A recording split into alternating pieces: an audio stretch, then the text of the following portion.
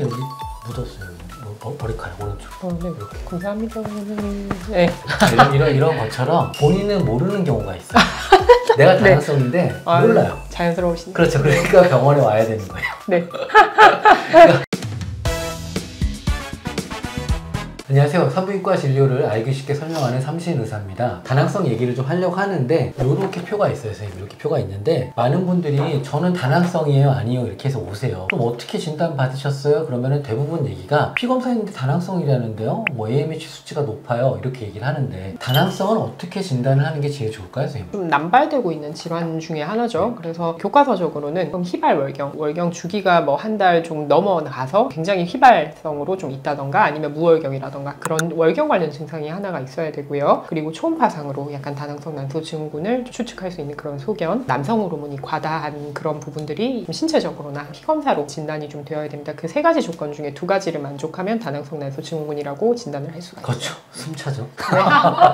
다른 내용을 좀 하다 보니까 그럼 이제 말로는 알겠어요, 선생님. 그러면은 나는 어떤 증상이 있으니까 다낭성이다 이렇게 알 수 있을 만한 증상이 있을까요? 35일을 벗어나는 월경 주기가 길다든지 아니면 너무 뜨문뜨문하는 휘발월경이나 무월경일 경우 그런 월경 증상이 하나, 배란 장애, 배란이 잘 안 돼서 임신 시도가 좀 어려운 부분, 그런 부분들도 포함이 되고요. 세 번째로는 남성 호르몬 과다 증상에 해당하는 다모증, 팔이나 아니면 다리에 털이 많이 난다던가 여드름이 많이 난다던가 피부염이 있다던가 이런 부분들도 해당하겠습니다. 체중 증가도 좀 해당이 되죠. 복부 비만 특히 20% 정도 있을 때 다낭성 난소 증후군으로 진단 내리는 부분들이 좀 더 많아질 수가 있겠고요. 탈모도 역시 남성 호르몬 증상이랑 관련이 있죠. 저희 병원에 오셨어요. 검사는 어떤 걸 할까요, 선생님? 일단 뭐 다낭성 난소 증후군인지 좀 알고 싶어서 좀 검사를 하신다 하면 일단 산부인과니까 기본적으로 초음파 검사를 통해서 난포가 관찰되는지를 좀 보게 되고요. 두 번째로는 호르몬 검사가 있겠습니다. 호르몬 검사 사정이 여건치 않으면 월경 주기를 조금 벗어나서 하기도 하지만 대부분은 한 생리 시작하고 한 3일째쯤에 하는 게 제일 정확하다라고 얘기를 하고요. 그 혈액 검사를 통해서 남성 호르몬 이런 부분들을 보게 됩니다. 그리고 세 번째로는 공복 혈당 검사 아니면 뭐 인슐린 검사 이런 부분들도 아까 말씀드린 어떤 비만이나 이런 부분들이 다낭성 난소 증후군이랑 관련이 있으니까 검사해 볼 수가 있죠. 여기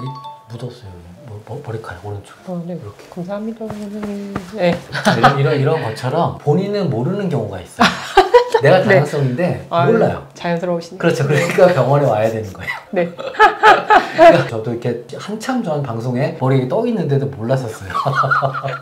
그런 것처럼 병원에 오셔야 이런 걸 어느 정도 설명을 해드릴 수 있어요. 그래서 나는 좀 여기 좀 의심이 되는데 그럴 때 병원에서 한번 보시라고 설명드리고요. 그러면은 어느 정도를 다낭성으로 볼까 이런 수치가 있을까요? 난소 AMH 검사라는 걸 했을 때 나이가 나와요. 그래서 25세의 나이에 해당한다, 30세의 나이에 해당한다 이런 것들이 있는데 그런 수치가 굉장히 높이 나왔을 때 좋아하시는 분들도 있는데 호르몬 이상이 있거나 월경 주기가 불순한 데는 다낭성 난소 증후군일 때에도 그 수치가 좀 많이 높게 나오는 경우가 있습니다. 그래서 조심해서 보셔야 되고 수치만으로 생각을 했을 때는 그 연령별로 AMH라는 수치를 이렇게 쭉 이제 줄을 늘어뜨려 놓았을 때 상위 한 10%일 정도에 해당한다라고 하면 그런 호르몬 질환이랑 관련 있지 않나 얘기를 드려요. 그래서 AMH 얘기 잠깐 드리면요. 표에서 나오듯이 그 25세의 농도라는 거는 그 나이의 평균 농도고 중앙값이라는 얘기지 내가 25세라는 얘기는 아니거든요. 근데 많은 분들이 그 말 들으면 난 25세야 이렇게 생각하신다고요. 네. 그게 약간 함정이 있습니다. 그래서 내가 같은 나이대에서 어느 정도 비율이다 이렇게 생각을 하셔야지 병원을 와서 치료하기도 하고 또 바쁜 분들은 불편하지만 내가 알아서 교정해 볼래요? 이런 분들이 계세요. 이 치료는 어떤 치료가 필요할까요, 선생님? 기본적으로 저는 다낭성 난소 증후군 진단 받으신 분들한테 이걸 근원적으로 해결하는 거는 약으로 해결하는 건 아니라고 말씀을 드려요. 뭐 당뇨나 이런 다른 호르몬적 질환들도 당뇨 약을 먹거나 주사를 맞는 게 당뇨라는 그 질환을 완치하기 위해서 맞는 게 아니라 증상을 조금 호전하기 위해서 결국 증상에 맞춰서 치료를 하는 거니까 저희는 다낭성 난소 증후군이 있는 분들이 주로 호소하시는 증상에 따라서 이 치료를 하게 되는 거고 젊으신 분들은 보통 월경 불순을 얘기를 하십니다. 월경 주기를 맞춰드리기 위해서 영양제나 이런 부분들을 권장드리는 거랑 별개로 피임약을 쓴다든지 이렇게 해서 월경 주기를 좀 맞춰보고요. 그리고 임신을 원하시는 분들은 피임약으로 사용을 할 수는 없는 거니까 배란 유도제 이런 것들을 써서 배란을 유도를 하면서 저희가 임신 시도를 조금 더 도와드리는 역할을 하죠. 그리고 아무래도 이제 다낭성 난소 증후군이신 분들은 성인병의 발생률이 조금 더 높아질 수가 있기 때문에 한 5%에서 10% 정도 체중 감량을 좀 해보시라고 말씀드리고 기본적으로 운동이랑 식이, 뭐 스트레스, 수면 조절 이런 부분들을 조금 더 건강한 방식으로 좀 두루뭉술하지만 그렇게 조절하시라고 말씀드립니다. 그렇죠. 약물 치료도 많이 하지만 사실 병원 안 가고 치료하는 것도 많이 좋아해요, 저는.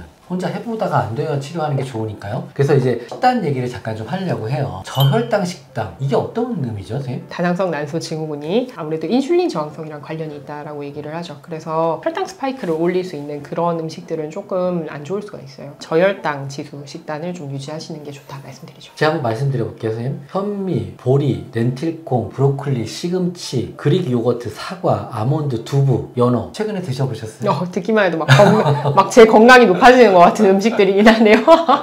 의외로 이런 음식이 생각보다는 많이 안 먹어요. 몇 끼 먹어요 이런 사람은 거의 없을 거라고 보는데, 이 정도 음식을 열심히 드셔야 돼요. 마치 그 운동하시는 분들은 왜 단백질 닭가슴살만 먹잖아요. 이런 걸로 관리를 하면서 체중 조절하셔야 다낭성이 조금씩 조절될 수 있다. 이 얘기를 드리는 게 첫 번째 얘기고요. 자, 두 번째로는 쌀밥, 쌀국수, 콘플레이크, 과자, 탄산음료, 감자, 쌀떡, 인스턴트 라면, 햄버거 많이 드시나요? 많이 안 먹죠. 많이 안 먹으려고 노력해야죠. 제가 볼 때는 전공의 때는 많이 드셨을 거예요. 그렇죠. 그러니까 이게 나도 모르게 의외로 이런 음식들이 몸에 가까이 있어요. 그리고 포만감을 느껴서 혈당감이 팍 올라가거든요. 근데 이게 중독성이 있거든요. 이런 거는 먹는 날 따로 정하거나 정말 친구 만나서 먹는다 이렇게 정하시는 게 조금 더 유리할 것 같아요. 또 한 가지는 이제 혈당이 높은 주스 같은 걸 먹을 때가 있어요. 그럴 때는 꼭 그걸 먹어야 한다면 물하고 같이 드시면 돼요. 약간 좀 희석해서 맞아요. 먹는다? 네. 이런 개념이 되면 의외로 좀 배출도 잘 되고 몸에 영향을 덜 준다고 보시면 되겠어요. 자, 그러면 병원 안 가고 다낭성을 치료하는 간단한 얘기 한 번만 해주시죠. 운동, 식이 이런 부분들 조절해서 체중을 한 5에서 10% 정도 좀 줄여주시는 거 권장드리고요. 그리고 생리를 잘 하는지 보셔서 한 2-3달 이상 넘어간다 하시면 피임약을 좀 먹어서 생리를 조절을 하셔야 됩니다. 인슐린 저항성이나 이런 부분들 보시고 약간 당뇨의 위험성 이런 부분들 체크하셔가지고 메포민이라고 하는 당뇨약을 조금 드셔보시는 것도 도움이 됩니다. 그 임신전 건강관리 사업은 꼭 기혼 여성만 하는 게 아니니까 결혼 안 하신 분이 오셔서 저는 당장 계획이 없는데 치료해야 되나요? 이거 어떻게 설명드릴까요, 선생님? 사람 앞일 보는 거잖아요. 이렇게 나 결혼 계획 없어 이랬는데 갑자기 1년 뒤에 청첩장을 그렇죠. 이제 나눠주시기도 하고 그렇기 때문에 조금 해당 나이대에는 한번 해보시는 거 권장드리고요. 그리고 정말로 결혼 임신 계획이 전혀 없으신 분이라고 해도 이런 검사 한 번씩 해보시는 건 필요한 게 다낭성 난소 증후군이라는 거는 아까 얘기했듯이 인슐린 저항성이랑 관련이 되고 대사증후군의 발생 가능성이 훨씬 높아집니다. 그리고 월경이나 이런 부분들을 주기적으로 하지 않기 때문에 자궁 내막암 이런 부분들의 위험성이 좀 높아져요. 그래서 당뇨, 성인병, 자궁 내막암 이런 부분들에 대해서 좀 장기적인 케어가 필요할 수 있기 때문에 한 번쯤 검사해 보시면 좋죠. 진료를 많이 하다 보니까 결혼 예정이 없다고 얘기하시는 분이 결혼 예정이 아예 없는 게 아니라 지금 만나는 분과 결혼 예정이 없다는 이런 얘기도 있더라고요. 그렇죠. 그래서 미래를 준비하기 위해서는 꼭 다낭성 치료를 하자. 이게 오늘 또 얘기고요. 다낭성으로 또 임신을 하면 또 걱정되는 게 뭐 책상에 문제가 있나요, 선생님? 착상이나 이런 부분들에 도움을 주는 호르몬이 호르몬 불순이잖아요. 결국에 네. 다낭성 난소 증후군이. 그래서 착상이나 이런 부분들을 조금 뒷받침을 해주는 그런 호르몬이 잘 분비가 안 될 수가 있어요. 그래서 난임병원에서 이제 주사나 질정이나 이런 부분들로 좀 보충을 많이 해줘야 되는 경우가 생기죠. 저는 강조하고 싶은 게 뭐였냐면 다낭성인데 배란 유도를 했잖아요. 그러면 이분들은 황체기 보강을 좀 하는 걸 고민해 보시라고 그래요. 보통 배란 유도보다 유산율이 조금 올라가 있어요. 내막을 안정하게 하기 위해서. 그렇게 바라보시면 될 것 같아요. 자, 오늘의 삼시세상 다낭성 증후군에 대한 처방을 뭐라고 드릴까요? 상당히 남용이 많이 되는 질환이기 때문에 다낭성이라는 얘기를 한번 들으셨더라도 조금 난임병원이나 이런 데 가셔서 월경 주기 이런 것들 다 체크를 좀 전반적으로 해보시고 정확한 진단을 받는 게 필요할 것 같고요. 그리고 다낭성이라고 하시더라도 시험관에 있어서 특별히 굉장히 부정적인 영향을 준다던가 이런 건 아니기 때문에 경우에 따라서 적절한 치료를 병행하면서 난임 시술을 받으실 수 있도록 상담 받으시면 될 것 같습니다.